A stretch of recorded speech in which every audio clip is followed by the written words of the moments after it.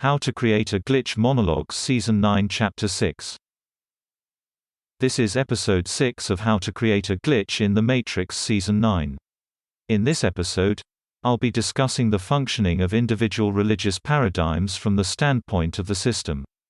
Every religious system, due to its use of symbolism, narrative and its preferential presentation of archetypes, operates as an independent reactionary design within the system.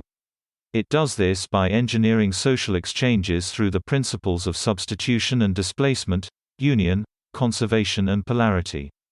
For example, the belief in God in the Judeo-Christian tradition amalgamates specific archetypes for the purposes of engineering the social organization of society and the family. Each esoteric statement concentrates the masculine into a specific hierarchical roles. For example, the father is in the son and the son is in the father, is an archetypal alignment. Or God is ascribed the role of king, shepherd, fisherman, etc. Each of these archetypal alignments concentrates the masculine in a given personage within society and the family. The masculine is merely substitution and displacement. Once the masculine is concentrated, it gives preference to displacement of identity across a gradient down the hierarchy. This produces social organization with the family and state. Now, the feminine is likewise concentrated within this social hierarchy through dialectical archetypal alignments. The virgin, she who is chaste, is preferentially designated at the top of the feminine hierarchy. The assignment of given features to the archetypal vocabulary of the family and state engineers social dynamics and behavior. Now, although some religions may share archetypal vocabulary, they also possess unilateral or distinct sources of narrative, mythology, symbolism and the esoteric. These distinct alignments permit individuals a different kind of organization. Now, although heredity plays a role, in that individuals may be compatible with a religious tradition by upbringing, that dynamic can be displaced by more recent conversions and attributions.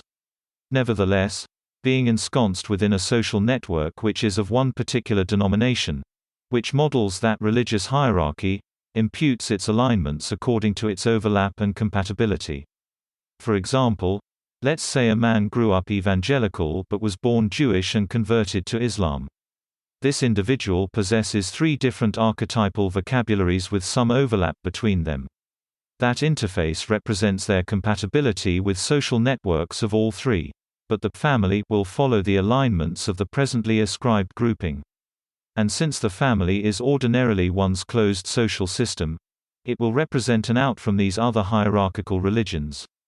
In other words, outs are important here because the existence of an out exonerates individuals from a proximate hierarchy through some sphere of their lives, giving them the capacity to resist displacement pressure from top-down hierarchical systems. The elevation of the esoteric in the system relates to the underlying power of the archetypal architecture of these various denominations to influence outcomes even in those who do not subscribe to the tradition, through the institutions and social networks of their members. Now, the asceticism of various traditions, resisting impulses, fasting and other techniques of self-denial, represent the unification of institutions or social systems according to these given religious traditions. Particular alignments of archetypes produce given spiritual experiences. Anyway, that's the end of the podcast for today. If you enjoyed it, please like, comment and subscribe.